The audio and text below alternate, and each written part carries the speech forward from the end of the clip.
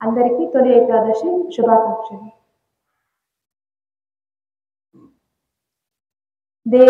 దేవాదిదేవ శ్రీవాసుదేవ దేవాదిదేవ శ్రీవాసుదేవ కావుమయ్య మమ్ము కరుణాలవాల కావుమయ్య మమ్ము కరుణాలవాల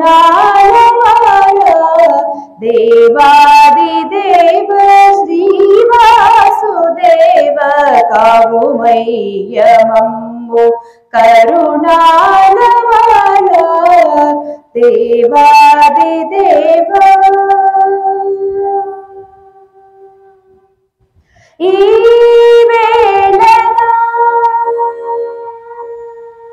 ఈ వేళన ఆరు శత్రులను ఈ వేళన ఆరు శత్రులను నీవే పారద్రోలి నిజ భక్తు చేసి నీవే పారద్రోలి నిజ భక్తు చేసి దేవాదిదేవ శ్రీవాసుదేవ కావుమయ్య మమ్ము కరుణాలవాల దేవాదిదేవ.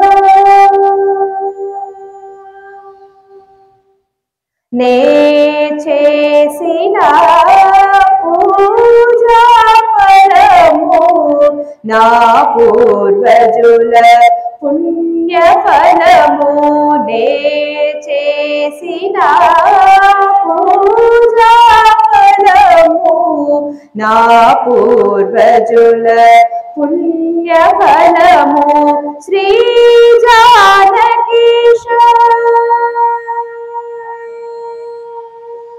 శ్రీ జానకీశ ఈ జన్మనిచ్చి శ్రీ జానకీశ ఈ జన్మనిచ్చి నన్ను ధన్యునిగా భూమి చేర్చితేవి నన్ను ధన్యునిగా భూమి చేర్చితేవి దేవాదిదేవ శ్రీవాసుదేవ కావుమయ్య మమ్ము కరుణాలవాల దేవాదిదేవ శ్రీవాసుదేవ కావుమయ్య మమ్ము కరుణాలవాల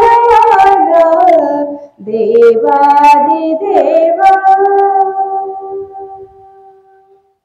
గురుదేవ్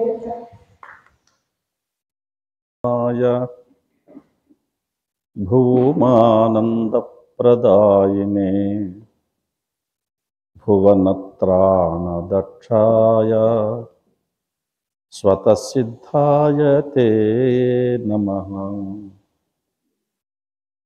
దత్తాత్రేయం శివం శాంతం ఇంద్రనీలనిభం ప్రభుం ఆత్మమాయారతం దేవం అవధూతం దిగంబరం భస్మోద్ధూళిత సర్వాంగం జటాజూటధరం విభుం చతుర్బాహుముదారాంగం దత్తాత్రేయం నమామ్యహం.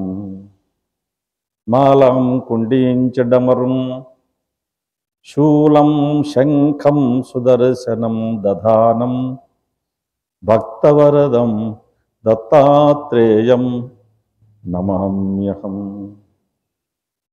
యోంతః ప్రవిశ్య మమ వాచమిమాం ప్రసుప్తాం సంజీవయతి అఖిల శక్తిధరస్వధామ్నా అన్యాంశ్చ హస్తచరణశ్రవణత్వగాదీన్ ప్రాణాన్ నమో భగవతే పురుషాయ తుభ్యం.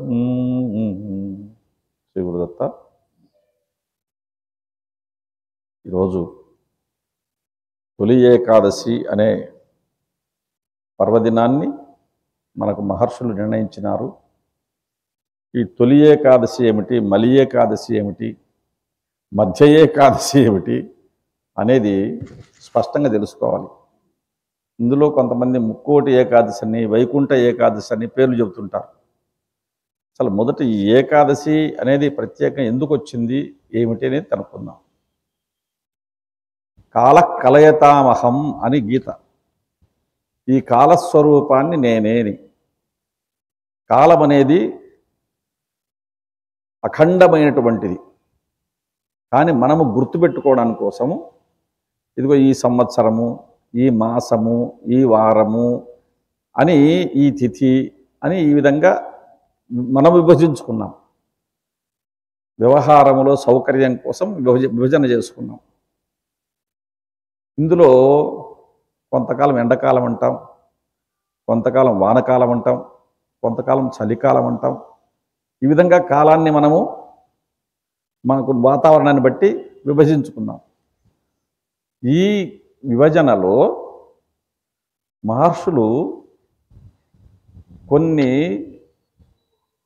ప్రత్యేకమైన పరిస్థితులు మానవుడి సముద్ధరణకు ఉపయోగపడతాయి అని గుర్తించినారు.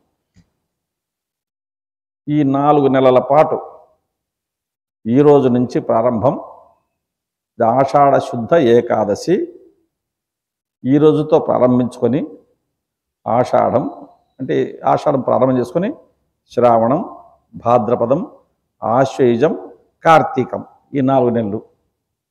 శ్రావణం, భాద్రపదం, ఆశ్వయుజం, కార్తీకం ఈ 4 నెలల పాటు కార్తీక శుద్ధ ఏకాదశి. మళ్ళీ ఈ ఏకాదశితో ప్రారంభించి కార్తీక శుద్ధ ఏకాదశితో ముగింపు.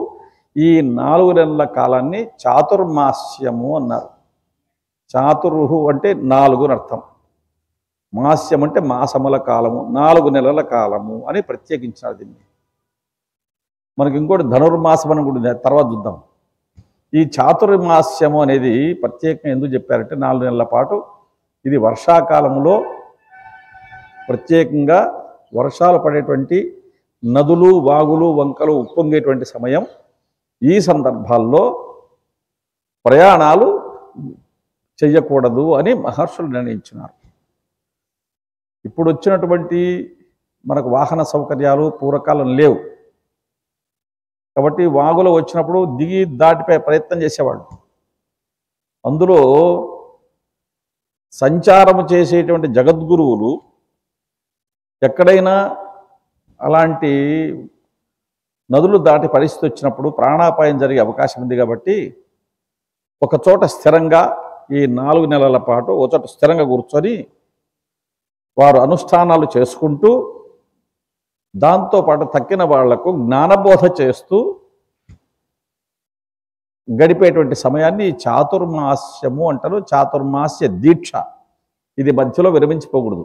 ఇప్పుడు ఎవరు దోచింది వాళ్ళు 2 నెలలే చాతుర్మాస్య దీక్ష అంటున్నారు, మధ్యలో వెళ్ళిపోతున్నారు, వస్తున్నారు, ఇదంతా చేస్తున్నారు. ఇది చేయకూడదు. నిజానికైతే 4 నెలల పాటు ఒక చోట స్థిరంగా కూర్చోవాలి. ఇక్కడ వర్షార్థమష్టవు ప్రయతేత మాసాన్. ఈ చాతుర్మాస్యం ఏం చెబుతోందంటే మనకు మొత్తము సంవత్సరములో 12 నెలలైతే ఈ 4 మాసాల కాలము నువ్వు ఒకచోట కూర్చొని తినడానికి ఎటువంటి ఇబ్బంది లేకుండా జరగాలంటే ఏం చేయాలి? బాగానే చాతుర్మాస్యము వర్షాలు వస్తుంటాయి, ఎక్కడ తిరగద్దు అన్నారు. బాగానే ఇంట్లో కూర్చుంటాం అందరూ. మరి తినడానికి కావద్దు.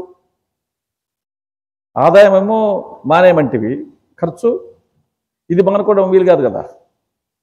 అందుకనే వర్షార్థమష్టవు ప్రయతేత మాసాన్. తక్కిన అష్టవు మాసాన్ 8 నెలలు ఉంది కదా 12 నెలల్లో. ఆ 8 నెలలు జాగ్రత్తగా కష్టపడి కూడబెట్టుకో అన్నాడు. ఈ 4 మాసాలకు అయ్యేంత ఏ ఖర్చు అయితే వస్తుందో మిగతా 8 మాసాల్లో అంచనా వేసుకొని ఈ 4 మాసాలకు అయ్యేంత కూడా నువ్వు కూడబెట్టి పెట్టుకో అన్నాడు. అట్లాగే వార్ధక్య హేతోహో వయసాయతేత. దాంతోపాటు ఇంకోటి చేర్చారు. ఏదో సంపాదించుకున్నాం, కూడబెట్టుకున్నాం, తిన్నామంటే కాదయ్యా, అది అందరికీ అనువైన విషయం కాదు. ఎందుకంటే నువ్వు ముసలివాడైనావు అనుకో, ఏముడు ఎప్పుడు 8 నెలలు ఏం కష్టపడతావు, 4 నెలలకు ఏం కూడబెడతావు. కాబట్టి వార్ధక్య హేతోహో 4 నెలల కాలం వర్షాకాలంలో కూర్చొని తినడానికి తక్కిన 8 నెలలు అట్లా కష్టపడతావో అట్లా వార్ధక్యంలో ముసలితనములో కూర్చొని తినడానికి అవసరమైనంత వయసాయతేత. ప్రాయములో ఉన్నప్పుడే 4 డబ్బులు సంపాదించి పెట్టుకో. ఇప్పుడు లెక్క లేకుండా జీవితాన్ని గడిపేసాం అనుకో, వీళ్ళు పెడతారో వాళ్ళు పెడతారని ఆశ పెట్టుకోవద్దు. నీకు నీవు నిలదొక్కునేటువంటి ప్రయత్నం చెయ్యి. ఎందుకంటే ఈర్ష్యాళువు, జిగుప్సావంతుడు, నిస్సంతోషి, క్రోధనుడు, నిత్యశంకితుడు, పరభాగ్యోపజీవి అనువారు 6 దుఃఖభాగులని మహర్షులు నిర్ణయించిరి. పరభాగ్య ఉపజీవి, ఇతరుల మీద ఆధారపడి జీవించే వాడికి దుఃఖమే ఉంటుంది అంటాడు. ఏదో ఒక విషయంలో మనం కుటుంబాల్లో చూస్తుంటాము. భర్త సంపాదిస్తాడు, భార్య అతనికి అనుగుణంగా ఎక్కడే కానీ అతని మనసు నొప్పి పడకుండా, ఒకవేళ ఒక మాట అన్నా మనసులో నొప్పి పడినా బయటికి కనపడకుండా తాను ఒంటరిగా కూర్చొని ఎక్కడో ఏడ్చుకొని కళ్ళు తుడుచుకొని మామూలు పని చేసుకుంటాడు. ఎందుకు అలాంటి స్థితి వస్తుందంటే పరభాగ్య ఉపజీవి, ఇతరుల సంపాదన మీద ఆధారపడి ఉన్నప్పుడు దుఃఖము కలిగే అవకాశాలు ఎక్కువ. కాబట్టి వార్ధక్య హేతోహో, వార్ధక్యం వచ్చినప్పుడు నీకు నీవుగా నేను బ్రతకగలను, కొడుకులో బిడ్డలో బంధువులో ఇంకొకరో అనేటువంటి అవసరం లేకుండా నాకు నేను బ్రతకగలను అనేటువంటిది వయస్సులో ఉన్నప్పుడే సంపాదించి పెట్టుకో. ఇందులో ఏమాత్రమూ నిర్లక్ష్యము చేయవద్దు. అట్లాగే పరత్రహేతోహో పరత్రహేతోహో అంటే ఈ జీవితం అయిపోయిన తర్వాత ఏ గతులు ఉన్నాయో మనకు తెలియవు. ఇందులో మన యొక్క జీవాత్మ తన వెంట 11 అంశాలను సహాయంగా తీసుకుంటోంది. ఏవి 11 అంశాలు అంటే 5 జ్ఞానేంద్రియములు, 5 కర్మేంద్రియములు, 10 అంతరింద్రియము అని పిలువబడేటువంటి మనస్సు. ఈ 11ను సంస్కృతంలో ఏకాదశ అంటారు. ఏకాదశ అంటే 11 కలిగినది ఏకాదశి. అంటే జీవాత్మ జ్ఞానేంద్రియములతో, అంటే కన్ను, ముక్కు, చెవి వీటితో, అలాగే కాలు, చేతులు, వీటి చేత, కర్మేంద్రియముల చేత, జ్ఞానేంద్రియముల చేత సంపాదించుకున్నది ఏదైతే ఉన్నదో అంటే కర్మ, అది పుణ్యకర్మ కావచ్చు, పాపకర్మ కావచ్చు, ఏదైనా కావచ్చు, అది విద్య కూడా కావచ్చు, కళ ఏదైనా సరే, దాన్నంతా మూట కట్టుకొని ఇంకో జన్మకు వెళుతుంది. కాబట్టి పరత్ర హేతోచ ఇప్పుడే ఈ సందర్భంలోనే నువ్వు ఇంకా గట్టిగా శరీరం పొడి దగ్గు కంఠంబు పరిపుత్సకయమున్న తల ప్రకంపంబు చందకయమున్న బొమలు కన్నుల మీద పొదివి వ్రాలకమున్న పొర నేత్రములకు అడ్డు చొరకమున్న హృదయంబులో జాగ పదను తప్పకమున్న గాత్రంబు శిథిలంబుగాకమున్న పండ్లు పేర్వాసి కథలు చూపకయమున్న క్రాలి కడగంటి చూపు పైరాకమున్న కాలు చేయాడు కాలంబె కదలవలయు దేవసేవకు దేహము అస్థిరముగాన అన్నాడు. ఈ ఊర్లో ఆంధ్ర బ్యాంకులో ఒక ఆయన మేనేజర్ పనిచేసేటప్పుడు ఏదో బ్యాంక్ కోసం పని మీద వెళ్ళి అక్కడ ఆయన దగ్గర కూర్చున్నాను. మీరు విరామ సమయాల్లో ఏదైనా దేవాలయానికి వెళ్ళొచ్చి అలవాటు చేసుకోండి. అది అంటే ప్రతిరోజు మనం ఎట్లయితే స్నానం చేస్తానే మిగతా కార్యక్రమాలు చేస్తున్నామో అదేవిధంగా దేవాలయానికి వెళ్ళొచ్చి అలవాటు పెట్టుకుంటే భవిష్యత్తులో అది మీకు మీరు ఊహించినటువంటి అనూహ్యమైన శక్తిని ప్రసాదిస్తుంది. ఈ పని చేయండి అంటే, ఇప్పుడు ఈ వయసులో ఏం దేవాలయం సార్, ఎప్పుడో రిటైర్ అయినాక చూద్దామన్నాడు. అంటే నేను చాలా సంతోషిస్తున్నానయ్యా, చాలా మెచ్చుకుంటున్నాను నీకు ఎంత ధైర్యం ఉందంటే నేను రిటైర్ అయిన తర్వాత కూడా ఉంటాను అనేంత గ్యారంటీ ఆయుస్సు నీవే రబ్బర్ స్టాంప్ వేసుకున్నావు. మరి ఎవడికి లోకంలో ఇంతవరకు నాకు ఆయుస్సు ఇంతవరకు ఉంటుంది నేను ఎప్పుడు అనుకోలేదు, నువ్వు అనుకుంటున్నావు, నీ ధైర్యాన్ని మెచ్చుకోవాలా నేను. సార్ పొరపాటైంది సార్ అని అన్నాడు. లేదు, దేవాలయానికి వెళ్ళండి. మనకు తెలియనటువంటి అనంతమైన శక్తి ఉన్నప్పుడు మీరైతే మీ దగ్గర డబ్బులు అయిపోతానే రిజర్వ్ బ్యాంక్ నుంచి తెప్పించుకుంటారు, పైనుంచి క్యాష్ తెప్పించుకుంటారు ఇక్కడికి. అట్లాగే మనకు ఎనర్జీ ఎంత అవసరమో అది అక్కడి నుంచి మనము సంపాదించుకోవాలి. కాబట్టి తప్పనిసరిగా ప్రతిరోజు గుడికి వెళ్ళండి. మీరు ఏం చేయనక్కర్లేదు, వెళ్ళి నమస్కారం పెట్టుకోండి చాలండి. అది మీకు భవిష్యత్తులో మేలు చేస్తుందని చెప్పాను. అట్లా ఈ కర్మ అనేది నువ్వేం చేస్తున్నావు అనేది ఈ జీవాత్మ 11తో ఏకాదశ అని సంస్థంలో అంటారు. ఈ 11తో వెంట పెట్టుకొని వెళుతుంది, మళ్ళీ జన్మకు మళ్ళీ దీన్ని తీసుకొస్తుంది. కాబట్టి పరత్తహేతోహో ఇప్పుడే అధునా యతేత, ఇప్పుడే నువ్వు దాన్ని ప్లాన్ చేసుకోవాలా అన్నాడు. కాబట్టి మన శరీరములో హృదయంబులో జాగ పదము తప్పకమున్న గాత్రంబు శిథిలంబు గాకమున్న. మోకాళ్ళ నొప్పులు ఇచ్చినాయి సార్ ఎక్కడికి పోలేము అని మోకాళ్ళ నొప్పులు రాకముందు పోయిరా, వచ్చిన తర్వాత మోకాళ్ళ నొప్పులు వచ్చినాయి సార్ ఎక్కడికి పోలేమని ఏడ్చేది ఎందుకు? పొద్దుపోక ముందుగానే జాగ్రత్త పడు. అదే అంటాడు, బొమ్మలు కన్నుల మీద పొది వివ్రాలకమున్న. కొంతమంది ఇట్లా పెట్టి చూస్తుంటారు. ఇట్లా అంటే ఇలా పెట్టి చూస్తే అర్థం ఏమిటి? సరిగా చూపు ఆనడం లేదనేది అర్థము. పొర నేత్రములకు అడ్డు చొర్రకమున్న, కళ్ళకి ఇంకా పొరలు రాకముందే పండ్లు పేర్వాసి కథలు చూపకయమున్న.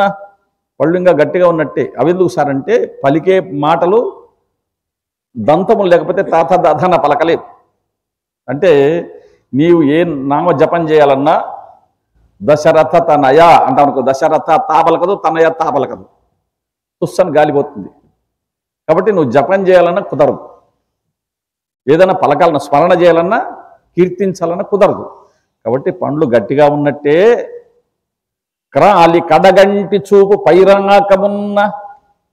అక్కడ వచ్చేది ఎవరు అని అడిగితే ఏమొస్తాం, నాకు కూడా కనపడదు, ఈ మధ్య దూరం చూపు లేదు, దగ్గర ఉంటే కానీ గడపలేమని.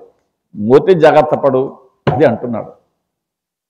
కాబట్టి ఇక్కడ ఏకాదశి అంటే ప్రధానంగా మనం గుర్తుపెట్టుకోవాల్సిందంటే జ్ఞానేంద్రియములు 5, కర్మేంద్రియములు 5 10, అంతరింద్రియమైన మనస్సు అనేది 11వది.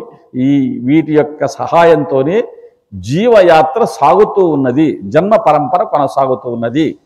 కాబట్టి ఈ 11ని దృష్టిలో పెట్టుకొని నీవు ఇప్పుడు ఏం జాగ్రత్త పడాలనో ఆ జాగ్రత్త పడే సమయము ఇదిగో ఈ 4 నెలల్లో అవకాశం ఉన్నది నీకు. సంవత్సరంలో 12 నెలల్లో 8 నెలలు నువ్వు జాగ్రత్త పడి కష్టపడి కూడబెట్టుకుంటే మీరు చీమలు చూడండి మెల్లగా అంతా ధాన్యాన్ని తెచ్చిపెట్టుకుంటాయి. ఎలుకలు చూడండి వరి పొలం ఉన్నప్పుడు అవి ఆ కర్ర వడ్లున్నటువంటి దాన్ని కత్తిరించి అది తీసుకెళ్ళి బొరియలో దాచిపెట్టుకుంటుంది. మనకంటే జ్ఞానము లేనటువంటి పశుపక్షాదులే జాగ్రత్త పడుతుంటే జ్ఞానం ఉన్నటువంటి మనము జాగ్రత్త పడకపోతే ఎలాగా? అందుకని జాగ్రత్త పడండి అని చెప్పడానికే గురువులు 4 నెలల పాటు చాతుర్మాస్య దీక్ష అనే పేరుతో ఈ రోజు నుంచి ప్రారంభం చేస్తాం. కాబట్టి ఈ 4 నెలల సమయం గురువులకే కాదు అందరికీ కూడా ఒక దీక్షగా తీసుకొని ఈ 4 నెలల పాటు నేను తప్పనిసరిగా ప్రతిరోజు గుడికి వెళ్ళాలి, భగవద్ దర్శనం చేసుకోవాలి, చేతనైతే ప్రదక్షిణ నమస్కారము, ప్రదక్షిణాలు తిరిగే గుడిలో అవకాశం లేదు సార్, ఆత్మప్రదక్షిణ నమస్కారాన్ని సమర్పయామి, నీ చుట్టూ నువ్వు తిరుగు, నిన్ను ఎవడికి వద్దంటాడు? బొంగరంలాగా ఎంతసేపు తిరిగినా నేను వద్దన వాడు లేడు. కళ్ళు తిరిగి పడిపోయేంతలో తిరగచ్చు కావాలంటే. ఆత్మప్రదక్షిణ నమస్కారాన్ని సమర్పయామి, భగవంతుడికి ఆత్మప్రదక్షిణ అంటే అంతర్గతంగా దేహో దేవాలయ ప్రోక్త, ఇది నడిచే దేవాలయం, మనం కట్టిండేది స్థిరంగా ఉండే దేవాలయం, అది ఎక్కడికి పోలేదు. ఈ నడిచే దేవాలయం ఎక్కడికైనా పోతుంది. మరి ఈ దేవాలయంలో దేవుడు ఉండాలి కదా. జీవో దేవ సనాతన, ఇందులో ఉన్నటువంటి జీవాత్మయే సాక్షాత్తు పరమాత్మ.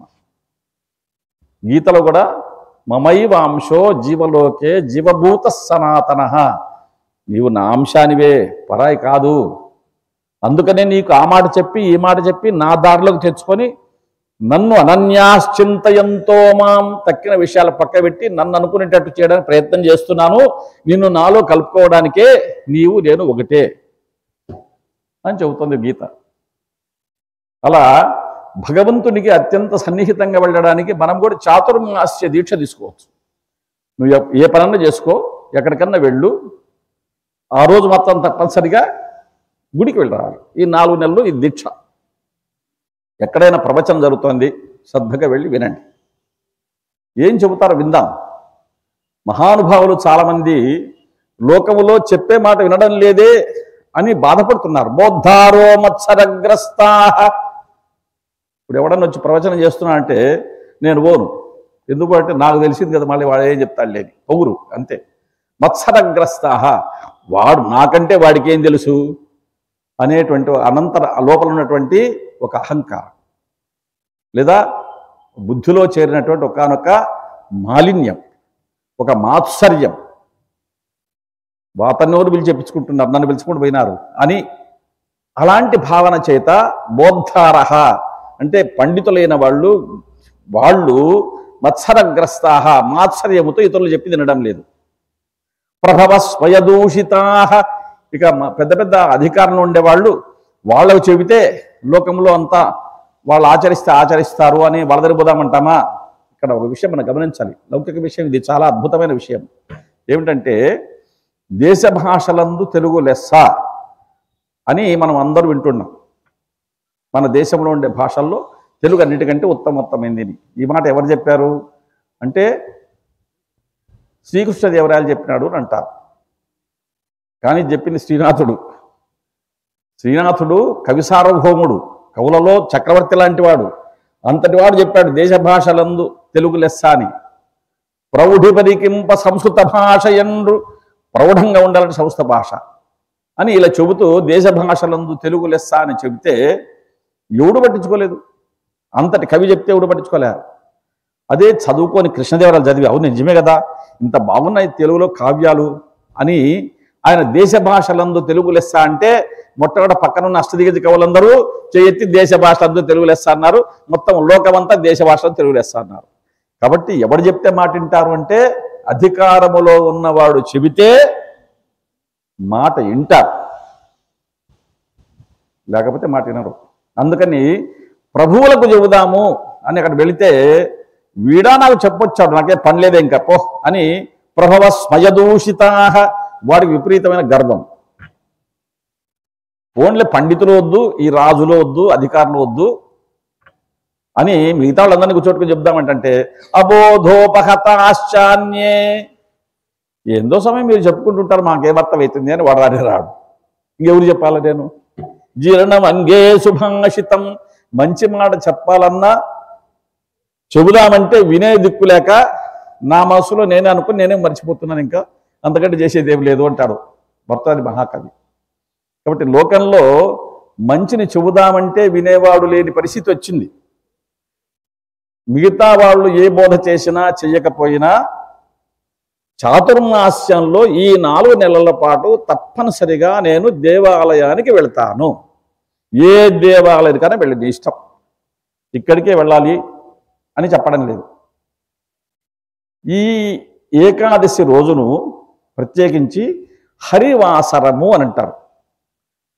వాసరం అంటే దినం, హరివాసరము అంటే మహావిష్ణువులకు సంబంధించినటువంటి రోజు అని అర్థం. మహావిష్ణువును పూజించు. మహావిష్ణువు అంటే విష్ణువు అంటే సర్వవ్యాపకుడు, అంతటా వ్యాపించి ఉన్నవాడు అని అర్థం. జగత్తులో నీలో ఉండేటువంటి ఉదాహరణకు మనకు కనపడే రక్తంలో అందరి రక్తము ఎర్రగా ఉంటుంది, ఇందులో ఏం మార్పు లేదు. ఒకటికి ఏం కోస్తే శరీరంలో పాలు పెరుగు రాదు. పాలు పెరుగు పాలకడలిలో బండుకున్న పరమాత్మ అయినా లేదా గొల్ల ఇండ్లలో పాలు గ్రోలినటువంటి వాడైనా కోస్తే మాత్రం వచ్చేది రక్తమే. మామూలు కనపడేదే రక్తం అందరిది ఉంది. కనపడకుండా ఉండే ప్రాణము అందరిలో సమానంగా ఉన్నది. కాబట్టి విశ్వవ్యాపకుడైన వాడు మహావిష్ణువు అని పేరు పెట్టారు. ఆయనను సేవించండి అని చెబుతున్నారు. అందుకని దీనికి హరివాసరము అని పేరు పెట్టారు. ఏ రోజు కాకపోయినా కనీసం ఈ రోజైనా మీరు ఒకసారి భగవంతుడి గురించి అనుకోండి అని ఏకాదశి మొట్టమొదటి ప్రారంభం చేశారు. తొలి ఏకాదశి అనే పేరుతో ప్రారంభం చేశారు. ఇది మామూలుగా అందరూ చెప్పినట్టు ముక్కోటి ఏకాదశి వైకుంఠ ఏకాదశి కాదండి. మహావిష్ణువు ఈ సందర్భంలో నిద్రకు ఉపక్రమిస్తాడు. అంటే విశ్రాంతి తీసుకుంటాడు. ఆయన నిద్రపోతే, డ్రైవర్ నిద్రపోతే ఇంక బండి పల్టీ కొడుతుంది. ఆయన విశ్రాంతి తీసుకుంటాడు. ఎందుకు విశ్రాంతి తీసుకోవాల్సి వచ్చింది ఆయనకు అంటే, తాళజంగుడు అనేటువంటి ఒకానొక రాక్షసుడు దుర్మార్గంగా రాజ్య పరిపాలన సాగిస్తూ వాడిని కుమారుడైనటువంటి ముర అనే వాడికి రాజ్యాన్ని అప్పచెప్తాడు. వాడు చాలా దుర్మార్గుడు, రాక్షస కృత్యం. అంటే ఎదుటివాడు ఏడుస్తూ ఉంటే, బాధపడుతూ ఉంటే ఆనందించే తత్వం కలవాడిని రాక్షసుడు అన్నారు. ఏడ్చుతో చూచి హర్షించు ఇచ్చ, ఎదుటివాడు ఏడుస్తూ ఉంటే చూచి ఆనందిస్తాడే వాడు రాక్షస ప్రవృత్తి గలవాడును గుర్తు. ఉయ్యల్లో పసిపిల్లవాడిని వేసింది తల్లి, ఊపుతోంది. వాడు నిద్రపోయి లేచినాడు. ఒక ఆవిడ వచ్చింది, చూసింది ఎంత ముద్దుగా ఉన్నాడు అని ఊరికి అట్లా అనుకుని ముద్దు పెట్టుకుని సంతోషపడింది. ఇంకో ఆవిడ వచ్చింది పలకరిస్తూ, వీడెంత బాగున్నాడు అని ఎత్తుకుంది. ఎత్తుకుంటే మెల్లగా వాడు అని మొదలుపెట్టాడు. అంటే ఆ హస్తస్పర్శ మా అమ్మది కాదు అని వాడు గుర్తుపడతాడు. గుర్తుపట్టి గుయ్యి అంటే ఏడ్చొద్దురా అని పడుకోబెట్టేస్తుంది. మూడా వస్తుంది, ఇంకా వచ్చి పిల్లవాడిని ఎత్తుకుంటుంది. వాడు గుయ్యి అంటాడు, గుయ్యలే బయ్యలే. వాడిని ఎత్తుకొని ఆ చెక్కులు ఇట్లని అదట్లని ముద్దు పెట్టుకొని ఎంత చేస్తూ ఉంటుంది. ఇంతలో 4వ వస్తుంది. 4వ వాడిని తీసుకుంటుంది. తీసుకొని వాడిని ఇట్లా పైకి ఇట్లా ఎగరేసి ఇట్లా పట్టుకుంటుంది. ఇట్లా పైకి ఎగరేసి పట్టుకుంటా అంటే ఈమెకేమో ఆనందం, వాడికి ఎగరేసి పట్టుకుంటా అంటే వాడు కింద పడిపోకుండా పట్టుకుంటుంది. కానీ ఇట్లా ఎగరేసినప్పుడు వాడికి వెళ్తుంటే కింద పడిపోతానన్న భయం చేత బేరని వస్తాడు. వాడు బేర నడుస్తుంటాడు, ఎగరేసి ఆహాహా నవ్వుతాడు. ఇది అండి రాక్షసత్వం అంటే. ఆటలాగా కనపడినా ఎదుటివాడు ఏడుస్తూ ఉంటే ఆ ఏడుపులో ఈమె ఆనందం చూస్తుందంటే దీన్ని ఏమంటారంటే రాక్షసత్వము అంటారు. నేను ప్రత్యేకంగా ఉదాహరణ చెప్పక్కర్లే. ధనదాంతఃపుర తారకారములు, ఈ మురాసురుడు అసురుడు అంటే అసురహ అంటే అసు అంటే ప్రాణములను రహ తీసి ఆనందించేవాడు, ప్రాణాలు తీసి ఆనందించేవాడిని రాక్షసుడు అన్నారు, అసురుడు అన్నారు.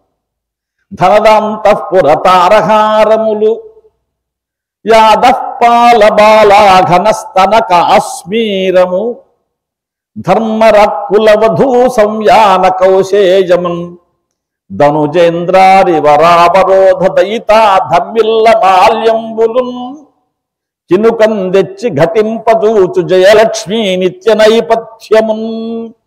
వాడికి ప్రతిరోజు జయలక్ష్మితో అంటే ఆనందం. నేను రోజు జయించినాను అని అనిపించుకోవాలని తపన. ఎవడి మీద పోవాలా? మిగతా వాళ్ళతో సామాన్యులు. వాళ్ళ మీద ఇద్దరు పోయేంత వీడి అసలు కంటికి ఆననే ఆనను. దిక్పాలకులు ఉన్నారు. ఇంద్రుడు వాడి దగ్గర దండయాత్ర ప్రకటిస్తాడు. ఇంద్ర, అగ్ని, యమ, నైరుతి, వరుణ, వాయువు అందరూ వీడికి నమస్కారం పెట్టేశారు.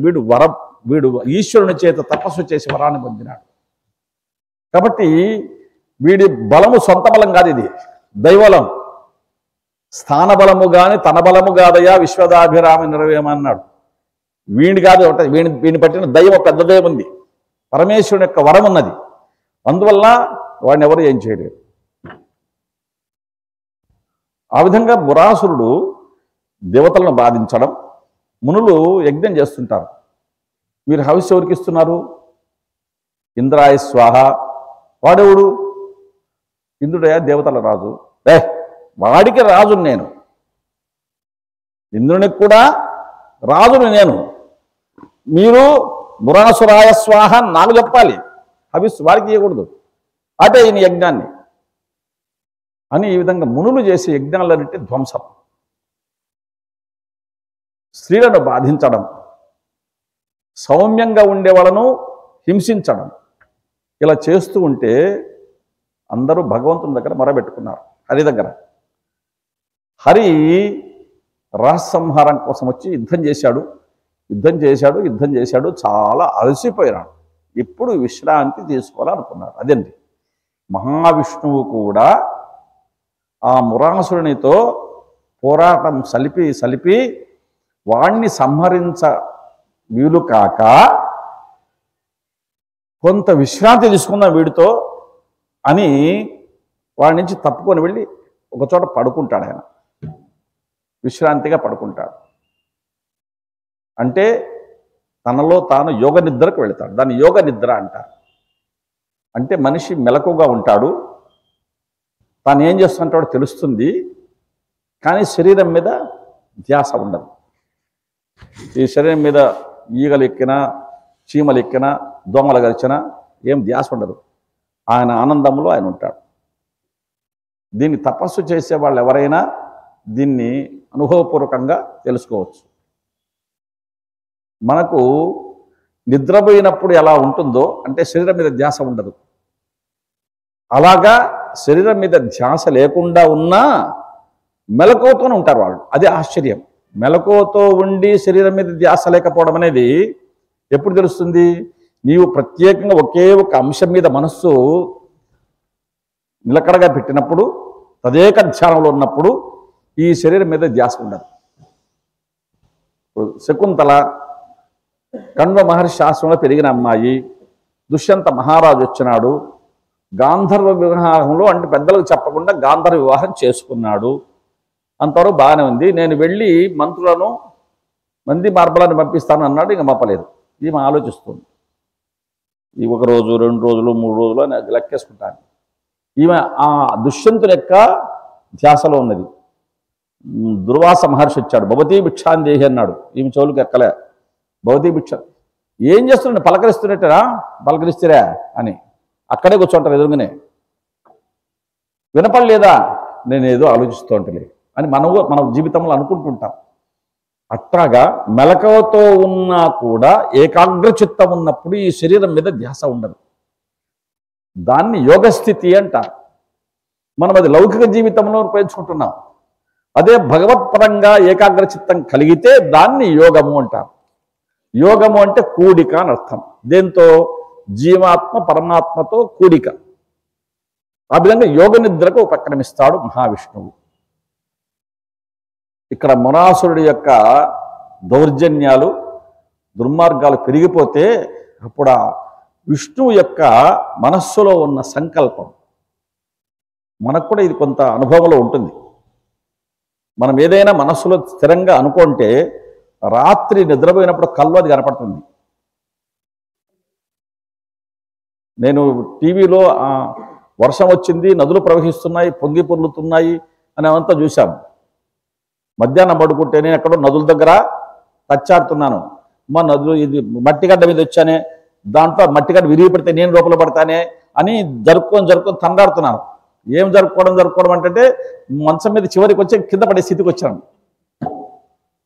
అంటే మనం చూసి మనస్సులో స్థిరపడితే అది మరలా మనకు స్వప్న రూపంలో ఒకసారి తెలుస్తుంటాయి. ఎవరితో మాట్లాడుతుంటాం అవన్నీ స్వప్నంలో వస్తుంటాయి, మనకు స్వప్నంలో వస్తుంటాయి. ఇది మనది అధమ స్థాయి. ఉత్తమ స్థాయిలో ఉన్నప్పుడు సంకల్పం అనేది లోపల తీవ్రంగా ఉంటే, అంటే ఈ రాక్షసుని సంహరించాలన్న సంకల్పముతో మహావిష్ణువు ఉన్నాడు, విశ్రాంతిగా యోగ నిద్రలో ఉన్నాడు. యోగస్థితి వచ్చేపాటికి ఆత్మశక్తి మేల్కొంటుంది. ఆత్మశక్తి మేల్కొనేపాటికి అందులో నుంచి ఏర్పడినటువంటి ఒకనొక అత్యద్భుతమైన వైష్ణవీ శక్తియే ఏకాదశి అని పేరు. ఆ రోజు ఏకాదశి అంటే పాడ్యమి, విధియ, తదియ, చవితి, పంచమి, షష్ఠి, సప్తమి, అష్టమి, నవమి, దశమి, ఏకాదశి అంటాం కదా. అట్లాంటి 11వ రోజు మాసంలో మహావిష్ణువు యొక్క శరీరం నుంచి ఒక అత్యద్భుతమైన శక్తి బయటికి వచ్చి బహిర్గతమై అది మురాసురుడిని సంహరిస్తుంది. ఈ మొట్టమొదటి రోజును అంటే మహావిష్ణువు యోగ నిద్రకు ఉపక్రమించినటువంటి ఈ రోజును ఏ మహావిష్ణువు యోగ నిద్రకు ప్రారంభించినాడో అతని యొక్క యోగశక్తి, అతని యొక్క తపశ్శక్తి, అతని యొక్క సంకల్ప బలం, అతనిలో నుంచి శక్తి బయటకు ఉత్పన్నమై ఆ శక్తి అట్లా ఉత్పన్నమవుతుంది. సార్ మీరు రావచ్చు, మీరు నిద్రపోతుంటారు, కాలు జాడిస్తుంటారు, ఓసారి ఏదో కలవరిస్తుంటారు, ఎవరన్నా కొట్టాలని చేతుతుంటారు నిద్రలోని. ఇవన్నీ నేను చేస్తుంటాను, అవన్నీ నాకు అనుభవం, అందుకే చెప్తున్నాను. అంటే మనకు తెలియకుండానే ఏదో ఒక శక్తి జరుగుతూ పనిచేస్తుంది. ఆ విధంగా ఏర్పడిన శక్తి ఏకాదశి తిథి రోజు స్వామి నుంచి వెలువడింది. ఈ రోజు అంటే ఈ ఏకాదశి తిథి రోజు మురాసురుడు సంహరించబడినాడు. ఏకాదశి అనేటువంటి శక్తి నిలబడింది. అంటే 5 కర్మేంద్రియములు, 5 జ్ఞానేంద్రియములు, దానితో పాటు మనస్సు, ఈ 11 ఏకీకృతమై నిలబడితే ఒక అత్యద్భుతమైనటువంటి తపశ్శక్తిగా మారుతుంది. అది నీకు అనంతమైన శక్తిని ప్రసాదిస్తుంది. భూత భవిష్యత్ వర్తమానాలను స్పష్టంగా తెలియజేస్తుంది. నీవేం చేయాలనో ఏది చేయకూడదో చెబుతుంది. మహావిష్ణువు మొట్టమొదట యోగ నిద్రకు ఉపక్రమించిన రోజు కాబట్టి ఇది తొలి ఏకాదశి. తర్వాత మధ్యలో మహావిష్ణువు యోగ నిద్రలో ఉన్నవాడు ఇటు తిరిగి పడుకున్నవాడు ఇటు తిరుగుతాడు, కుడివైపు పడుకున్నవాడు ఎడమవైపు తిరుగుతాడు. మనకు నిద్రలో అటు ఇటు దొరుకుతుంటాం. ఆషాఢ మాసం, జ్యేష్టం, ఆషాఢం, శ్రావణం, భాద్రపదం 2 నెలలు. భాద్రపద మాసంలో భాద్రపద శుద్ధ ఏకాదశి రోజు స్వామి ఇలా ఇటువైపు పొర్లుకుంటాడు. దాన్ని ఆ ఏకాదశిని పరివర్తన ఏకాదశి అంటారు. ఆ తర్వాత మళ్ళీ 2 నెలలు అంటే కార్తీక మాసం వస్తుంది. అప్పటికి శ్రావణం భాద్రపదంలో పరివర్తనం, ఆశ్వీజం, కార్తీకం ఏకాదశి వస్తుంది. కార్తీక ఏకాదశి రోజు యోగ నిద్ర ముగించి పైకి లేస్తాడు ఆయన.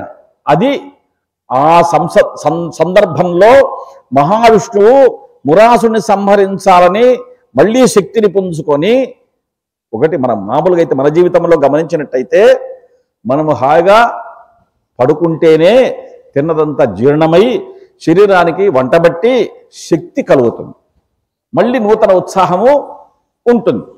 అది అంతే. ఇది లౌకికమైన వ్యవహారము. యోగ నిద్ర అనేది తాత్వికమైన వ్యవహారం.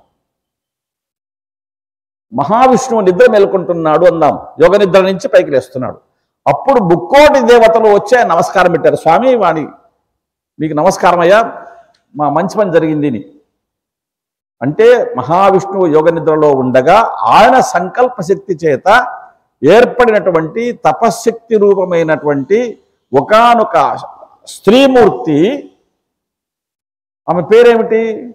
ఏకాదశి. ఎందుకంటే ఏకాదశి తిథి రోజు వచ్చింది కాబట్టి ఆమె పేరు ఏకాదశి. ఈ విధంగా యోగ నిద్రకు ఉపక్రమించిన రోజు తొలి ఏకాదశి. పరివర్తనం, ఇలా ప్రక్కకు తిరిగి పడుకున్నప్పుడు దాన్ని పరివర్తనం అంటారు. ఈ పరివర్తనం అనే దాన్ని భాద్రపద మాసం ఏకాదశి రోజు వస్తుంది, అది పరివర్తనము. అంటే మూడవది, ఇంకా చివర కార్తీక మాసంలో వచ్చేటువంటి ఏకాదశి, అది విష్ణువు నిద్ర మేలుకునేది. దీన్ని శయనేకాదశి అని అంటాం, పడుకునేటప్పుడు ప్రారంభం ఉండేది. రెండవది పరివర్తన ఏకాదశి అంటాం. మూడవది అదే ఉత్థాన ఏకాదశి, నిద్ర మేలుకున్నటువంటి ఏకాదశి అంటాం. ఈ 3 ఏకాదశులు చాలా ప్రధానమైనవి. దీని తర్వాత మళ్ళీ మార్గశిరంలో ఏకాదశి వస్తుంది. దాన్ని కూడా వైకుంఠ ఏకాదశి అని, ముక్కోటి ఏకాదశి అని దాన్ని కూడా పిలుస్తారు. అంటే వైకుంఠ ఏకాదశి అనేది మనకు మార్గశిర మాసములో వచ్చే ఏకాదశికి వైకుంఠ ఏకాదశి అని పేరు. ఇప్పుడు ఈ చాతుర్మాస్యములో మహావిష్ణువు యోగ నిద్రలోకి వెళ్ళడం, పరివర్తనం చెందడం అంటే ప్రక్కకు తిరిగి పడుకోవడం, ఒత్తిగిలి పడుకోవడం, తన యొక్క పార్శ్వాన్ని మార్చడం. మూడవది ఉత్థానం, యోగ నిద్ర నుంచి లేయడం. ఈ 3 అంశాలు ఈ 4 మాసాల లోపల జరుగుతుంది. కాబట్టి ఎవడైతే ఈ సందర్భంలో యోగాన్ని అంటే భగవంతుని యందు మనస్సును కేంద్రీకరించడం అనేది తన యొక్క 11 శక్తుల చేత, అంటే అంతరింద్రియములు, మనస్సు, బాహ్య కర్మేంద్రియములు, జ్ఞానేంద్రియములు, వీటన్నిటినీ ఏకీకృతం చేసి ఎవడైతే భగవంతుని ధ్యానం చేస్తాడో అట్లాంటి వాడు ఈ 4 మాసాలు ప్రయత్నం చేస్తే తప్పనిసరిగా అతనికి యోగం కుదురుతుంది అని మహర్షులు గుర్తించారు. అందుకనే ఈ సందర్భంలో భగవంతుని మీద మనస్సును కేంద్రీకరించడానికి మనస్సుకి ఏదో పని పెట్టాలి కాబట్టి విష్ణు సహస్రనామము అనేది ఒక సాధనం, ఒక పూట సాధనం. విష్ణు సహస్రనామ పారాయణం అది చదువుతున్నంతసేపు సహస్రనామములు మనస్సు దేశం పట్టుకొని తిరుగుతుంటుంది. తిరుగుతున్నది తిరగని, దాన్నే మాట్లాడచ్చు, దాని సంగతి పట్టించుకోవద్దు. ఎంతసేపు తిరుగుతుంది తిరగని. తిరిగి ఏం చేస్తుంది? ఎప్పుడో ఒకసారి ఒక క్షణము మనము 100 పేర్లు చదివే లోపల ఒకసారి ఇక్కడికి రాదా? తప్పకుండా వస్తుంది. సముద్రం మీద పడవ పోతుంది. పడవ బయలుదేరేటప్పుడు ఒక కాకి పైన, చుక్కాని పైన కూర్చుంది నవ పై భాగంలో. పడవ సముద్రంలోకి వెళ్ళిపోయింది. కాకి ఎగిరిపోవాలనిపించింది, ఎగిరింది. ఎంతసేపు ఎగురుతుంది? అటు ఇటు తిరిగి ఎక్కడ చూసినా నీళ్ళే. మళ్ళీ ఏం చేస్తుంది? పడవ మీద వచ్చి కూర్చుంటుంది, ఇంకా దిక్కులేదు దానికి. అట్లే ఇది కూడా మనసు తిరిగి ఎక్కడ చూసినా అంత లౌకిక వ్యవహారం వద్దులే అని చెప్పేసి మళ్ళీ వచ్చి ఇక్కడ కూర్చుంటుంది. ఎక్కడ కూర్చుంటుంది? పరమేశ్వరుని దగ్గర కూర్చుంటుంది, మహావిష్ణువు దగ్గర కూర్చుంటుంది. ఆ విధంగా సహస్రనామాలు ఎందుకబ్బా ఒకటి చాలదా అంటే, ఇందులో మహర్షులు ఋషిభిః పరిగీతాని తాని వక్ష్యామి భూతయే అంటాడు. ఋషిభిః పరిగీతాని, ఇది ఒక్క మహర్షి చెప్పినటువంటిది కాదు, అనేక మంది మహర్షులు ఇందులో విష్ణవే నమః, ఓం విష్ణవే నమః, ఓం విష్ణవే, విశ్వం విష్ణుర్వషట్కారో అని చెప్తే ఓం విశ్వాయ నమః, ఓం విశ్వాయ నమః అని ఒకానొక మహానుభావుడు, ఒక ఋషి కొన్ని కోట్లు జపం చేసినాడు. అట్లా ఈ 1000 పేర్లు ఎంతోమంది ఋషులు జపము చేసి కోట్ల కొలది సంఖ్యలో జపం చేసి ఇవన్నీ ఒక చోట సమకూర్చినాడు వేదవ్యాసుడు. అదే ఏ మహర్షి. ఇప్పుడు మన వాళ్ళు ఒక పని చేస్తుంటారు, మనకు ఒక పుస్తకం ఇస్తారు, దీంట్లో శ్రీరామ రాయ అంటాడు, కోటి నామం రాస్తాం. ఆ బుక్కులన్నీ సేకరిస్తారు. సేకరించి తీసుకుపోయి ఒక చోట, ఒక రామాలయంలో, భద్రాచలంలో ఎక్కడో చోట అప్పగిస్తారు. అవునా? అట్లాగే ఒక్కొక్క మహర్షి నేను విశ్వ అనే పేరును జపం చేశాను, నేను విష్ణు అనే నామం జపం చేశాను, నేను వషట్కార అనే నామాన్ని జపం చేశాను. ఆ విధంగా భగవంతుని సహస్రనామాల్లో ఒక్కొక్కరు ఒక్కొక్క నామాన్ని తీసుకొని కోట్ల సంఖ్యలో జపం చేసిన దాన్ని వేదవ్యాస మహర్షి దగ్గర వ్యక్తీకరిస్తే ఆయన ఎంత క్రోడీకరించి ఒక క్రమ పద్ధతిలో పెట్టి ఇదిగో ఇది విష్ణు సహస్రనామం అని ప్రకటించారు. కాబట్టి ఇది వ్యాసుడు ఒక్కడు చెప్పింది కాదు, అనేక మంది చాలామంది మహర్షులు కోట్ల సంఖ్యలో జపం చేసినటువంటి నామముల యొక్క సంపుటీకరణమే విష్ణు సహస్రనామము. ఈ చాతుర్మాస్యము 4 నెలల పాటు వీలైనన్ని సార్లు విష్ణు సహస్రనామం పారాయణం చేస్తే చాలా మంచిది. విష్ణు సహస్రనామం పూర్తి అయిన తర్వాత ఒక్కసారి మీకు నచ్చినటువంటి, మీకు తోచినటువంటి అమ్మవారికి సంబంధించిన ఒక స్తోత్రం చెప్పాలి. ఏదైనా మీరు విష్ణు సహస్రం కాదు, నేను లలితా సహస్రం చేస్తాను, తప్పకుండా మంచిదే, లలితా సహస్రనామం చెయ్యి, తప్పేం లేదు. కాకపోతే లలితా సహస్రనామం చేసే ముందు విష్ణువు సంబంధించినటువంటి లేదా పరమేశ్వరుని సంబంధించినటువంటి ఏదైనా స్తోత్రం చెప్పి నమస్కారం పెట్టుకొని ఇది మిగతా కార్యక్రమాన్ని సాగించాలి. ఇది మనకు బ్రహ్మాండ పురాణములో వేదవ్యాసుడు చెబుతూ సావై సర్వార్థకారిణి తమేతాన్ పురస్కృత్య సర్వకామాన్ ప్రదర్శయ అని చెబుతాడు. మహావిష్ణువుతో చెబుతున్నాడు, సావై సర్వార్థకారిణి, సా ఆమె సర్వార్థకారిణి, అన్ని చేసి పెట్టింది ఆమెనే. ఈ ఏకాదశి రోజు ఉపవాస వ్రతం చేసి కుచేలుడు మరుసటి దినం బయలుదేరి కృష్ణుడి దగ్గరికి వెళ్ళాడు. ఆయనకు అనంతమైన సంపదలు ఇచ్చి పంపించాడు. ఆయన చేతికి ఇకపోయినా ఇక్కడికి చేరవలసిన చేర్చాయి. ఎవరు చేర్చారు ఇవన్నీ? ఆయన చేర్చలే, అమ్మవారు చేర్చింది. కాబట్టి నువ్వు పప్పు బెల్లము అన్నీ తెచ్చి అక్కడ పెట్టావు, బాగానే ఉంది. బచ్చాలు చేసి పెట్టేది ఎవరు? ఇంట్లో అమ్మగారే. ఆమె బ్యాళ్ళే బెల్లం ఎక్కడే పెట్టింటే నువ్వు బచ్చం తిని దేవుడు ఉంది, దేవుడు తెలియదు. కాబట్టి సావై సర్వార్థకారిణి, అన్ని కార్యక్రమాలను సమకూర్చి పెట్టేది ఆమెనే. ఏతాం పురస్కృత్య, కాబట్టి ఆమెను ముందుంచుకొని సర్వకామాన్ ప్రదర్శయ, నీకు ఇష్టము చెడు ఏమన్నా వరాలు ఇచ్చుకో. నువ్వు వరాలు ఇస్తుంటే ఆమె వింటుంది, ఆమె చేయవలసిన పని చేసి పెడుతుంది. అది సంగతి.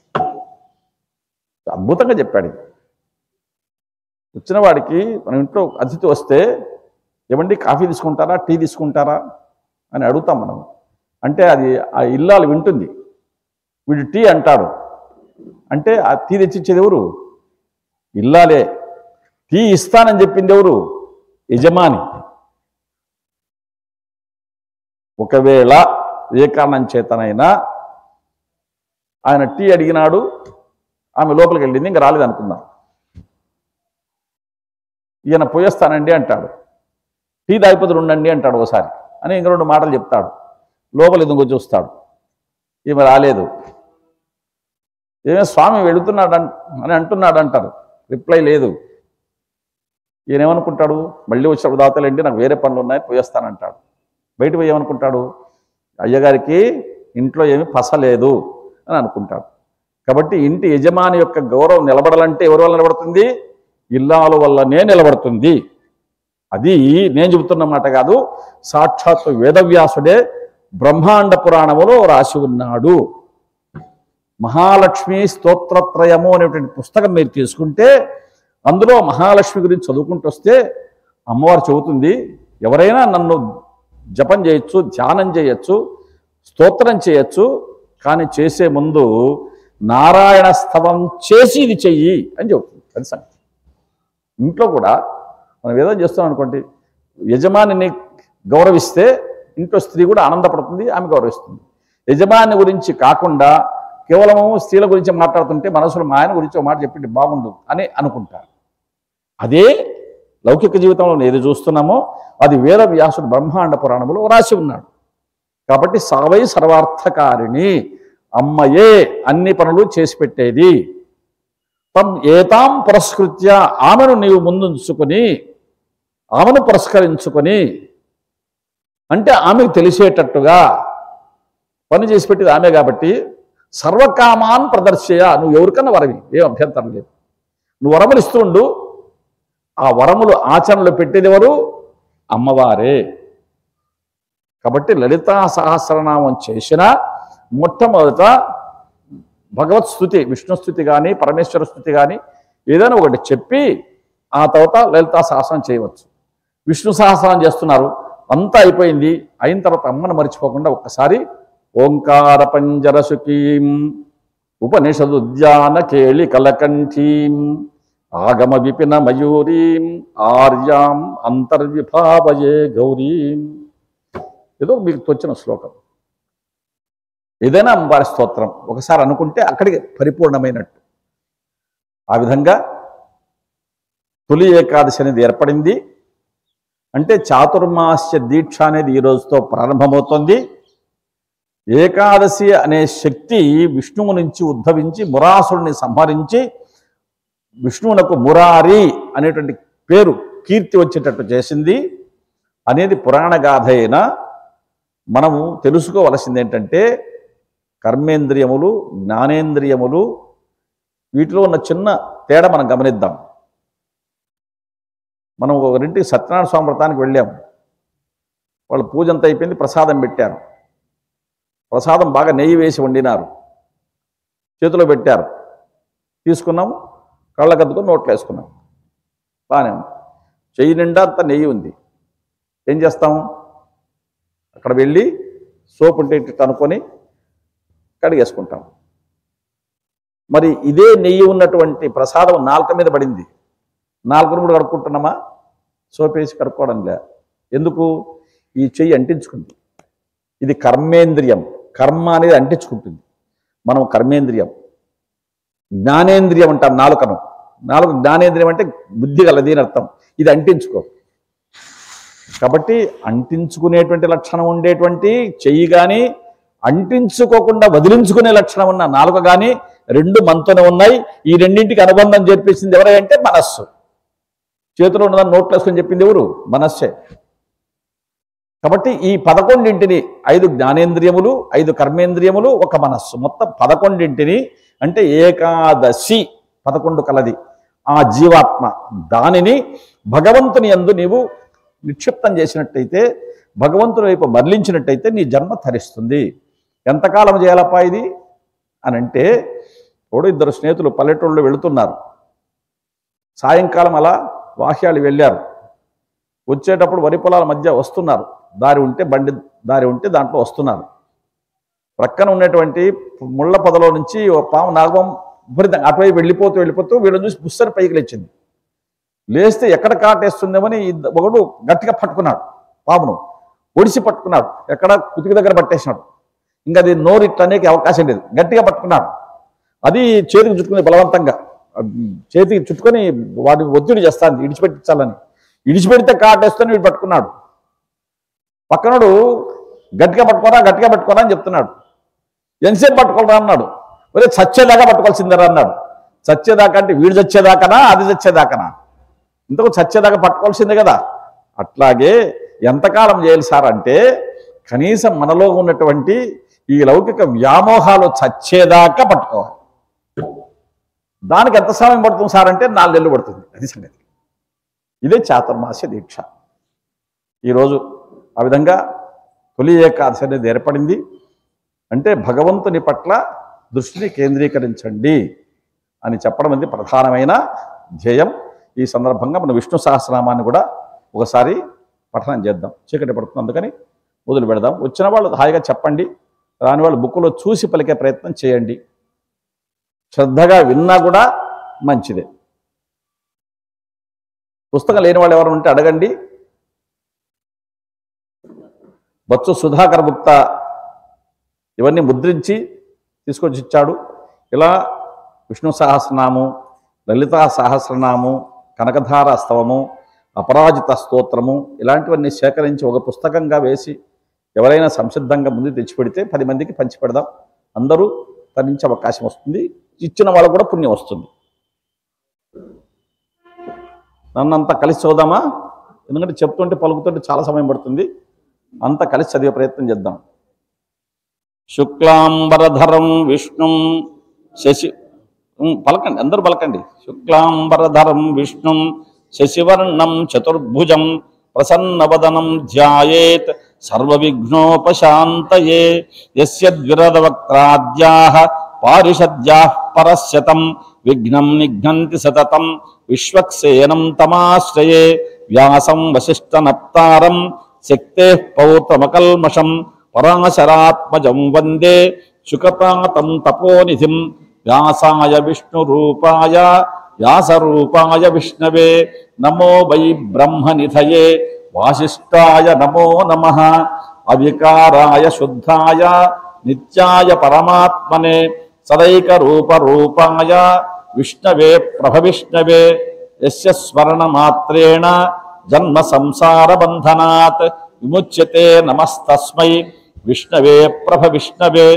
ఓం నమో విష్ణవే ప్రభవిష్ణవే శ్రీ వైశంపాయన ఉవాచ శ్రుత్వా ధర్మానశేషేణ పావనాని చ సర్వశః యుధిష్ఠిరస్యాంతనవం పునరేవ అభ్యభాషత యుధిష్ఠిర ఉవాచ కిమేకం దైవతం లోకే కిం వాప్యేకం పరాయణం సువంతః కమర్చంతః ప్రాప్యుర్మానవా శుభం కో ధర్మ సర్వధర్మాణాం భవతః పరమో మతః కిం జపన్ముచ్యతే జంతుః జన్మ సంసార బంధనాత్ శ్రీ భీష్మ ఉవాచ జగత్ప్రభుం దేవదేవం అనంతం పురుషోత్తమం స్తువన్నామ సహస్రేణ పురుషः సతతోత్థితః తమేవ చార్చయాన్ నిత్యం భక్త్యా పురుషమవ్యయం ధ్యాయన్ స్తువన్ నమస్యంచ యజమానస్తమేవ చ అనాదినిధనం విష్ణుం సర్వలోకమహేశ్వరం లోకాధ్యక్షం స్తువన్ నిత్యం సర్వదుఃఖాతిగో భవేత్ బ్రహ్మణ్యం సర్వధర్మజ్ఞం లోకానాం కీర్తివర్ధనం లోకనాథం మహద్భూతం సర్వభూత భవోద్భవం ఏష మే సర్వధర్మాణాం ధర్మోధికతమో మతః యద్భక్త్యా పుండరీకాక్షం స్తవైరచ్చేన్నరః సదా పరమం యో మహత్తేజః పరమం యో మహత్తపః పరమం యో మహద్బ్రహ్మ పరమం యః పరాయణం పవిత్రాణాం పవిత్రం యో మంగళానాం చ మంగళం దైవతం దేవతానాం చ భూతానాం యవ్యపితాత్ యతః సర్వాణి భూతాని భవంత్యాదియుగాగమే యస్మిన్శ్చ ప్రళయం యాంతి పునరేవ యుగక్షయే తస్య లోక ప్రధానస్య జగన్నాథస్య భూపతే విష్ణోర్నామ సహస్రం మే శృణు పాపభయాపహం యాని నామాని గౌణాని విఖ్యాతాని మహాత్మనః ఋషిభిః పరిగీతాని తాని వక్ష్యామి భూతయే విష్ణోర్నామ సహస్రస్య వేదవ్యాసో మహాన్ ఋషిః ఛందోనుష్ఠుప్తథా దేవః భగవాన్ దేవకీసుతః అమృతాంశుద్భవో బీజం శక్తిర్దేవకీ నందనః త్రిసామాహృదయం తస్య శాంత్యర్థే వినియుజ్యతే విష్ణుం జిష్ణుం మహావిష్ణుం ప్రభవిష్ణుం మహేశ్వరం అనేక రూప దైత్యాంతం నమామి పురుషోత్తమం అస్య శ్రీ విష్ణోః దివ్య సహస్రనామ స్తోత్ర మహామంత్రస్య శ్రీ వేదవ్యాసో భగవాన్ ఋషిః అనుష్ఠుప్ ఛందః శ్రీ మహావిష్ణు పరమాత్మా శ్రీమన్నారాయణో దేవత అమృతాంశోద్భవో భానురితి బీజం దేవకీనందన షష్ఠేతి శక్తిః ఉద్భవక్షోభణో దేవైతి పరమో మంత్రః శంఖభృన్నందకీ చక్రీతి కీలకం శార్గధన్వా గదాధరైస్త్యత్రం తథాంగపాణిరక్షోభ్యైతి నేత్రం త్రిసామాసామగ సామేతి కవచం ఆనందం పరబ్రహ్మేతి యోనిః ఋతు సుదర్శన కాల ఇతి దిగ్బంధః శ్రీ విశ్వరూప ఇతి ధ్యానం శ్రీ మహావిష్ణు కైంకర్య రూపే శ్రీ సహస్రనామ జపే వినియోగః ధ్యానం క్షీరోదన్వత్ ప్రదేశే శుచమణివిలసత్సైకతే మౌక్తికానాం మాలా క్లిప్తాసనస్థ స్ఫటికమణి నిభైర్మౌక్తికైర్మండితాంగః శుభ్రైరభ్రైరదభ్రైవ పరివిరచితైః ముక్త పీయూషవర్షైః ఆనందీనః పునీయాత్ హరినలినగదా శంఖపాణిర్ముకుందః భూః పాదౌ యస్య నాభిర్వ్యదసురనిలః చందసూర్యౌ చ నేత్రే కర్ణావాసా శిరోద్యౌ ముఖపకిదహనో యస్య వాసోయమబ్ధిః అంతస్తం యస్య విశ్వం శృణరఖగో భోగి గంధర్వదైత్యైః చిత్రం రమ్రమ్యతే తం త్రిభువనవపుషం విష్ణుమీశం నమామి శాంతాకారం భుజగశయనం పద్మనాభం సురేశం విశ్వాకారం గగన సదృశం మేఘవర్ణం శుభాంగం లక్ష్మీకాంతం కమలనయనం యోగి హృద్యానగమ్యం వందే విష్ణుం భవభయహరం సర్వలోకైకనాథం మేఘశ్యామం పీతకౌశేయమాసం శ్రీవత్సాంకం కౌస్తుభోద్భాసితాంగం పుణ్యోపేతం పుండరీకాయతాక్షం విష్ణుం వందే సర్వలోకైకనాథం సశంఖచక్రం సకిరీటకుండలం సపీతవస్త్రం సరసైరుహేక్షణం సహారవక్షస్థలశోభికౌస్తుభం నమామి విష్ణుం శిరసా చతుర్భుజం. హరి ఓం.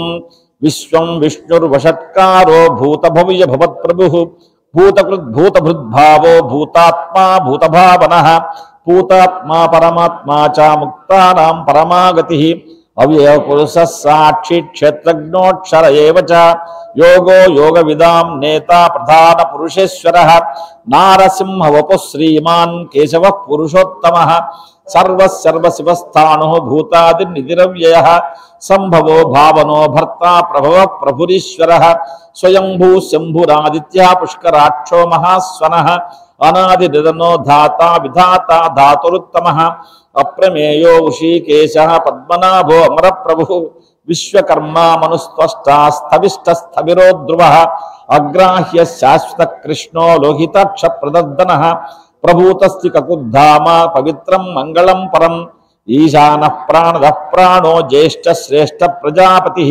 హిరణ్యగర్భో భూగర్భో మాధవో మధుసూదనః ఈశ్వరో విక్రమీ ధన్వీ మేధావి విక్రమక్రమః అనుత్తమో దురాధర్ష కృతజ్ఞ కృతిరాత్మవాన్ సురేశ శరణం శర్మ విశ్వరేతా ప్రజాభవః అహ సంవత్సరో వ్యాళః ప్రత్యయ సర్వదర్శనః అజ సర్వేశ్వర సిద్ధ సిద్ధి సర్వాదిరచ్యుతః వృషాకపిరమేయాత్మా సర్వయోగ వినుసృతః వసుర్వసుమనా సత్యా సమాత్మా సంమితః సమః అమోఘః పుండరీకాక్షో వృషకర్మా వృషాకృతిః రుద్రో బహుశిరా బభ్రుః విశ్వయోని శుచిశ్రవాః అమృతశాస్త్రస్థాణుః వరారోహో మహాతపాః సర్వవిద్భాను విశ్వక్సేనో జనార్దనః వేదో వేదవిదవ్యంగో వేదాంగో వేదవిత్ కవిః లోకాధ్యక్ష సురాధ్యక్షో ధర్మాధ్యక్ష కృతాకృతః చతురాత్మా చతుర్వ్యూహ చతుర్దంశ చతుర్భుజః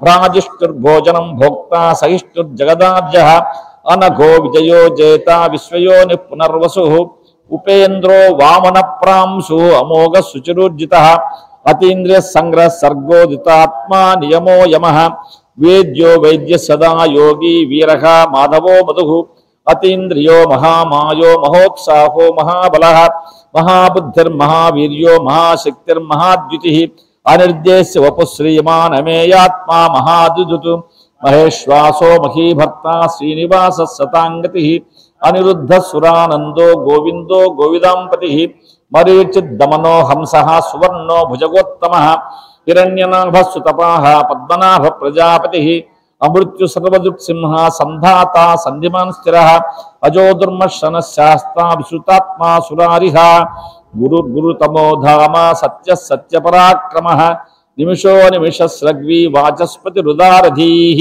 అగ్రణీ గ్రామణీ శ్రీమాన్ న్యాయో నేత సమీరణః సహస్రమూర్ధా విశ్వాత్మా సహస్రాక్ష సహస్రపాత్ ఆవర్తనో నివృత్తాత్మా సంవృత సంప్రమర్దనః అహ సంవర్తకో వహ్ని అనిలో ధరణీధరః సుప్రసాద ప్రసన్నాత్మా విశ్వభుగ్ విభుః సత్కర్తా సత్కృత సాధుః జన్మున్నారాయణో నరః అసంఖ్యేయో ప్రమేయాత్మా విశిష్ట శిష్టకుత్సుచిః సిద్ధార్థ సిద్ధ సంకల్ప సిద్ధిద సిద్ధి సాధనః వృషాఖీ వృషభో విష్ణుః వృషపర్వా వృషోదరః వర్ధనో వర్ధమానశ్చ వివిక్త శృతిసాగరః సుభుజో దుర్ధరో వాగ్మీ మహేంద్రో వసుదో వసుః నైకరూపో బృహద్రూపః శపివిష్ట ప్రకాశనః ఓజస్తేజో ద్విజధరః ప్రకాశాత్మా ప్రతాపనః వృద్ధ స్పష్టాక్షరో మంత్రః చంద్రాంశుర్భాస్కరద్యుతిః అమృతాంశూద్భవో భానుః శశిబిందు సురేశ్వరః ఔషధం జగతస్సేతుః సత్యధర్మపరాక్రమః భూతభవ్య భవన్నాథః పవనః పావనో నలః కామః కామకాంతః కామః కామపదప్రభుః యుగాదికుర్యుగావత్తో నైకమాయో మహాశనః అదృశ్యో వ్యక్తరూపశ్చ సహస్రజిత్ అనంతజిత్ ఇష్టోవిష్ట శిష్టేష్టః శిఖండీ నఘుషో ఉషః క్రోధః క్రోధకృత్కర్త విశ్వబాహుర్మహీధరః అచ్యుత ప్రేత ప్రాణః ప్రాణదో వాసవానుజః అపానిధిష్టానామప్రమత్త ప్రతిష్ఠితః స్కంద స్కందధరో దుర్యో వరదో వాయువాహనః వాసుదేవో బృహద్భానుః ఆదిదేవః పురందరః అశోకస్థానస్తారః శూరశౌర్యజనేశ్వరः అనుకూలశతావర్తః పద్మే పద్మనిభేక్షణः పద్మనాభో అరవిందాక్ష పద్మగర్భశ్రీరభృతు మహర్షిరుద్ధో రుద్ధాత్మా మహాక్షో గరుడధ్వజః అతులశరభో భీమః సమయజ్ఞో కవిర్హరిః సర్వలక్షణలక్షణ్యో లక్ష్మీవాన్ సమితింజయః విక్షరోహితో మార్గో హేతుర్దామోదరः సహ మహీధరో మహాభాగో వేగవానమితాశనః ఉద్భవక్షోభణో దేవః శ్రీగర్భః పరమేశ్వరः కరణం కారణం కర్తా వికర్తా గహనో గుహ వ్యవసాయ వ్యవస్థానః సంస్థానస్థానదో ధ్రువః పరర్థి పరమస్పష్ట తుష్ట పుష్ట సుభేక్షణః రామో విరామో విరజో మార్గో నేయో నయో నయః వీరశక్తిమతాం శ్రేష్టో ధర్మో ధర్మవిదుత్తమః వైకుంఠ పురుష ప్రాణః ప్రాణద ప్రణవపృతుః హిరణ్యగర్భ శత్రుఘ్నో వ్యాప్తో వాయురథోక్షజః ఋతు సుదర్శనః కాలః పరమేష్ఠీ పరిగ్రహ ఉగ్ర సంవత్సరో దక్షో విశ్రామో విశ్వదక్షిణః విస్తార స్థావరస్థాణు ప్రమాణం బీజమవ్యయం అర్థో నర్థో మహాకోశో మహాభోగో మహాధనః అనిర్విణ్ణ స్తవిష్టో భూధర్మయూపో మహామకః నక్షత్రనేమిన్నక్షత్రే క్షమక్షామ సమీహనః యజ్ఞయుజ్జో మహేజ్యశ్చాకృతు సత్వం సతాంగతిః సర్వదర్శీ నివృత్తాత్మా సర్వజ్ఞో జ్ఞానముత్తమం సూర్త సుముఖ సూక్ష్మ సుఘోష సుఖద సుహృతు మనోహరోజిత క్రోధో వీరబాహుర్విదారణః స్వాపన స్వవశో వ్యాపీ నైకాత్మా నైకకర్మకృతు వత్సరో వత్సలో వస్మి రత్నగర్భోదనేశ్వరः ధర్మీ అసత్సరమసత్సరం అవిజ్ఞాత సహస్రాంశు విధాత కృతలక్షణః గమస్తినేమి సత్వస్థః సింహో భూతమహేశ్వరः ఆదిదేవో మహాదేవో దేవేశో దేవహృద్గురుః ఉత్తరో గోపతిర్గోప్తా జ్ఞానగమ్యః పురాతనః శరీరభూతభుగ్భోక్త కపీంద్రో భూరిదక్షిణః సోమపోమృతపः సోమः పురుషోత్తమః వినయో జయ సత్యసంధో దాసార్హ సాత్వతాం పతిః జీవో వినయత సాక్షి ముకుందో అమిత విక్రమః అంభోనిధనంతాత్మా మహోదదిశయోంతకః అజో మహర్హ స్వాభావ్యోజిత మిత్ర ప్రమోదనః ఆనందో నందనో నందా సత్యధర్మాత్రివిక్రమః మహర్షి కపిలాచార్యః కృతజ్ఞో మేదినీపతిః త్రిపద శిరసాధ్యక్షః మహాశృంగకృతాంతకృతు మహావరాహో గోవింద కృషిశేషణ కనకాంగది గుహ్యో గభీరో గహనో గుప్తశ్చక్రగదాధరః వేదాస్వాంగోజిత కృష్ణో దృఢ సంకర్షణోచ్యుతః వరుణో వారుణో వృక్ష పుష్కరాక్షో మహామనాః భగవాన్ భగః నంది వనమాలీ హలాయుధః ఆదిత్యో జ్యోతిరాదిత్య సహిష్ణుర్గతిసత్తమః సుధన్వా ఖండపరశుర్దారుణో ద్రవిణప్రదః దివిసర్వదృగ్వ్యాసో వాచస్పతిరయో నిజః త్రిసామా సామగः సామా నిర్వాణం భేషజం భిషక్ సన్యాసముత్సమస్యాంతో నిష్ఠా శాంతి పరాయణః శుభాంగ శాంతస్రష్ట కుముదః కుమలేశయః గోహితో గోపతిర్గోప్తా వృషభాక్షో వృషప్రియః అనివర్తి నివృత్తాత్మా సంక్షేప్తా క్షేమకృత్ శివః శ్రీవత్సవక్షः శ్రీవాసः శ్రీపతి శ్రీమతాం వరః శ్రీధ శ్రీశः శ్రీనివాసः శ్రీనిధి శ్రీవిభావనః శ్రీధర శ్రీకర శ్రేయః శ్రీమాన్ లోకత్రయాశ్రయః స్వచ్ఛస్వంగ శతానందో నందిర్జ్యోతిర్గణేశ్వరః విజితాత్మా విధేయాత్మా సత్కీర్తిచ్ఛన్న సంశయః ఉదీర్ణ సర్వతస్యక్షు అనీశ శాస్త్రస్థిరః భూషయో భూషణో భూతి విశోక శోకనాశనః అత్యుష్మానుష్ట కుంభో విశుద్ధాత్మా విశోదనః అనిరుద్ధో అప్రతిరతః ప్రద్యుమ్నో అమిత విక్రమః కాలనేమి నిహాశౌరి శూరశూరజనేశ్వరః త్రిలోకాత్మా త్రిలోకేశ కేశవ కేశారిః కామదేవ కామపాలవః కామీ కాంతకృతాగమః అనిర్దేశ వపు విష్ణు వీరో నంతో ధనంజయః బ్రహ్మణ్యో బ్రహ్మకుద్బ్రహ్మ బ్రహ్మ బ్రహ్మ వివర్ధనః బ్రహ్మవిద్బ్రాహ్మణో బ్రహ్మీ బ్రహ్మజ్ఞో బ్రాహ్మణ ప్రియః మహాక్రమో మహాకర్మ మహాతేజ మహోరగః మహాకృతన్నాయజ్వా మహాయజ్ఞో మహాహవిః స్తవ్యస్తవ ప్రియస్తోత్రం సుతస్తోతార్ణ ప్రియః పూర్ణః పురహిత పుణ్యః పుణ్యకీర్తిరనామయః మనోజవస్తీర్థకరో వసురేతా వసుప్రదః వసుప్రదో వాసుదేవో వసుర్వసుమనాహవిః సద్గతి సత్కృతి సత్తా సద్భూతి సత్పరాయణః సూరసేనో యదుశ్రేష్టః సన్నివాస సుయామనః భూతావాసో వాసుదేవః సర్వాసు నరయో నలః దర్పః దర్పదో దుర్దో దుద్ధరోతు అపరాజితః విశ్వమూర్తిర్మహామూర్తి దీప్తమూర్తిరమూర్తిమాన్ అనేకమూర్తిరవ్యక్తః శతమూర్తిశ్శతాననః ఏకోనైకः సవక్కక్యం యత్తత్పదమనుత్తమం లోకబంధుర్లోకనాథో మాధవో భక్తవత్సలః సువర్ణవర్ణో హేమాంగో వరాంగశ్చందనాంగది వీరః విషమశూన్యో కృతాశీరసలశ్చలః అమాని మానలో మాన్యో లోకస్వామి త్రిలోకధృత్ సుమేధా మేధజో ధన్యః సత్యమేధాతరాతరః తేజో వృషో ద్వితిధరః సర్వశస్త్రభృతాంబరః ప్రగ్రహో నిగ్రహో వ్యగ్రో నైకశృంగో గదాగ్రజः చతుర్మూర్తిः చతుర్బాహో చతుర్వ్యూహ చతుర్గతిः చతురాత్మా చతుర్భావః చతుర్వేద విదేకపాత్ సమావర్తో నివృత్తాత్మా దుర్జయో దుర్విక్రమః దుర్లభో దుర్గమో దుర్గో దురావాసో దురారిహ శుభాంగో లోకసారంగః స్తుతంతు స్తన్తువర్ధనః ఇంద్రకర్మ మహాకర్మ కృతకర్మ కృతాగమః ఉద్భవ సుందర సుందో రత్ననాభ సులోచనః అర్కో వాజసని శృంగీ జయంత సర్వవిజయీ సువర్ణబిందురక్షోభ్యః సర్వభాగీశ్వరేశ్వరః మహాహృదో మహాగర్తో మహాభూతో మహానిధి కుముద కుందర కుందః పర్జన్యః పావనో నిలః అమృతాంశో అమృతోప సర్వజ్ఞ సర్వతోముఖః సులభ సూర్త సిద్ధ శత్రుజిత్ శత్రుతాపనః న్యగ్రోదౌదుంబరోశ్వత్థః చాణూరాంధ్రజుషూదనః సహస్రార్చి సప్తజిహ్వ సప్తైథా సప్తవాహనః అమూర్తి నగోచించో భయకుద్భయనాశనః అనుర్భృశస్కృశస్థూలో గుణభుర్నిర్గుణో మహాన్ అదృత స్వదృత స్వాస్యః ప్రాగ్వంశో వంశవర్ధనః భార్భుత్కైతో యోగి యోగీశ సర్వకామదః ఆశ్రమ సమనక్షామః సుపర్ణో వాయువాహనః ధనుర్ధరో ధనుర్వేదో దండో దమయితాదమః అపరాజిత సర్వసవో నియంత నియమో యమః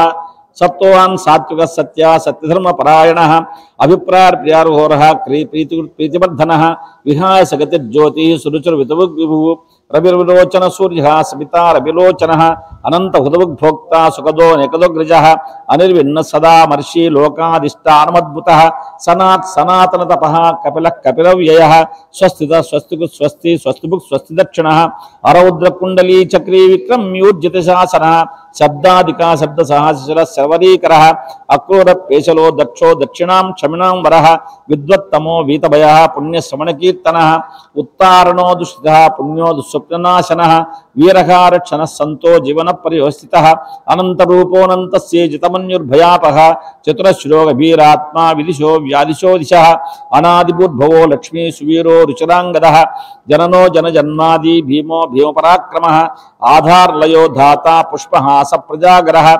ఊర్ధ్వసత్పతాచారః ప్రాణద ప్రణవప్రణః ప్రమాణం ప్రాణనిలయః ప్రాణదుత్ ప్రాణజీవనః తత్వం తత్వవిదేకాత్మా జన్మమృత్యుజరాతిగః భూర్భువస్వస్తరుస్తారః సవితా ప్రపితామహ యజ్ఞో యజ్ఞపతిర్యజ్వా యజ్ఞాంగో యజ్ఞవాహనః యజ్ఞభృత్ యజ్ఞీ యజ్ఞభుక్ యజ్ఞసాధనః యజ్ఞాంతకృత్ యజ్ఞగుహ్యం అన్నమన్నాదయేవ చ ఆత్మయోని స్వయం జాతో వైఖానః సామగాయనః దేవకీనందన స్రష్టా క్షితీశ పాపనాశనః శంఖభృన్నందకీ చక్రీ శార్ంగధన్వాగదాయతరః రథాంగపాణిరక్షోభ్యః సర్వప్రహణాయదః శ్రీ సర్వప్రహణాయద ఓం నమైతి వనమాలీ గది శార్ంగే శంఖీ చక్రీ చ నందకీ శ్రీమన్నారాయణో విష్ణు వాసుదేవో విరక్షతు శంఖభృన్నందకీ చక్రీ శార్ంగధన్వాగదాధరః రథాంగపాణిరక్షోభ్యః సర్వప్రహరణాయదః శ్రీ సర్వప్రహణాయద ఓం నమైతి వనమాలీ గది శార్ంగే శంఖీ చక్రీ చ నందకీ శ్రీమన్నారాయణో విష్ణు వాసుదేవో విరక్షతు యదక్షరపదభ్రష్టం మాత్రాహీనం యద్భవేత్ తత్సర్వం క్షమ్యతాం దేవా నారాయణ నమోస్తుతే ఇది శ్రీ మహాభారతే శతసహస్రికాయాం సంహితాయాం వైయాశిక్యాం అనుశాసనిక పర్వణి మోక్షధర్మే శ్రీ భీష్మయుధిష్ఠిర సంవాదే శ్రీ విష్ణో దివ్య సహస్రనామ స్తోత్రం నామ 450-200 హరి ఓం.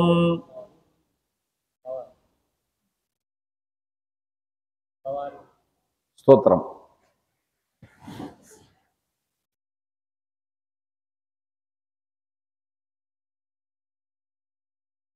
హరి ఓం. లక్ష్మీం క్షీరసముద్రరాజతనయాం శ్రీరంగధామేశ్వరీం దాసీభూత సమస్తదేవవనితాం లోకైకదీపాంకురాం శ్రీమన్మందకటాక్షలబ్ధ విభవద్ బ్రహ్మేంద్ర గంగాధరాం త్వాం త్రైలోక్యకుటుంబినీం సరజాం వందే ముకుంద ప్రియాం. ఓం హిరణ్యవర్ణాం హరిణీం సువర్ణ రజతస్రజాం చంద్రాం హిరణ్మయీం లక్ష్మీం జాతవేదో మమావహ. శ్రీ మహావిష్ణువు యొక్క విష్ణు సహస్రనామం ఈ తొలి ఏకాదశి రోజు చదువుకోవడం అనేది, అందులో సామూహికంగా కూర్చొని చదువుకోవడం అనేది చాలా అదృష్టము. నేను చదివే తీరు బట్టి ఈయనకు మొదట చదివినటువంటి అనుభవం ఉన్నది అని తెలుస్తుంది. అంటే బాగా అనుభవంలో ఉన్న వాళ్ళు హాయిగా చదువుకుంటూ వెళ్ళిపోతారు. ఇది చాలా కాలము, దాదాపు 20 ఏళ్ల పాటు ప్రతి దినము వర్షం వచ్చినా సరే గొడుగులు పట్టుకొని కూర్చొని నేను సుధాకర్ ఇక్కడే కూర్చొని పారాయణం చేశాం. 2001-2 ప్రాంతం నుంచి కొన్ని ఏళ్ల పాటు దీన్ని చేస్తూ వచ్చాం. అంటే అలా చేయడం వల్ల మనకు చిత్తశుద్ధి ఏర్పడుతుంది. మనస్సు అనవసరమైన కల్మషాలన్నిటి తొలగించుకొని ప్రశాంతత